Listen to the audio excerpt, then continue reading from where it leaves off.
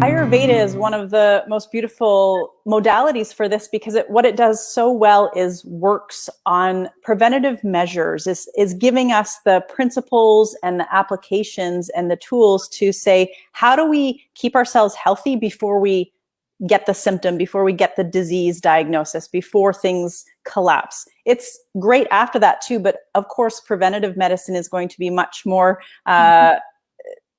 fruitful than waiting until something has gone into a state of such dis-ease to try and reverse that after that. It's just that much harder to do that. We're rhythmical creatures and we're in a rhythmical universe. So when we can really understand that, and our ancestors were living more in rhythm with the natural cycles than we were. So if you think a couple of 100 years ago, where they didn't have the technology, the electricity, all of the modern day conveniences, they would go to bed at sundown and they would wake up at sunrise, for example. It's very practical and sensical, but we have so many options now in our culture that we have easily come out of rhythm. We can stay up on our computers or our iPhones any hour of the day.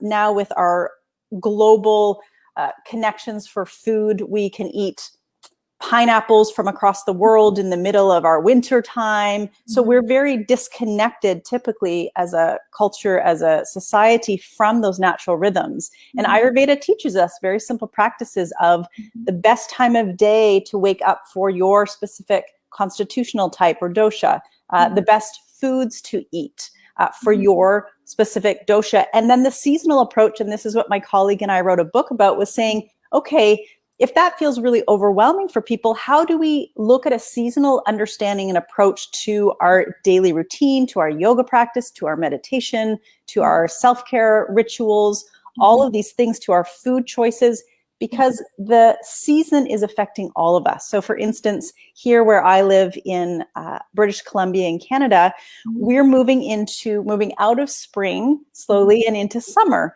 And all of us will be affected by the qualities and the heat of summer, the pitta time of year. And if we have more fire, more pitta in our constitution, prakruti, our true nature, then we will definitely feel this intensity. But we're all affected by the seasons. We're all affected by the weather. And when we can understand how our unique constitutional makeup sort of intertwines with what's going on externally, whether it's our daily rhythm or our seasonal rhythm, then we really have an advantage to work preventatively with our health and be living in an optimal state.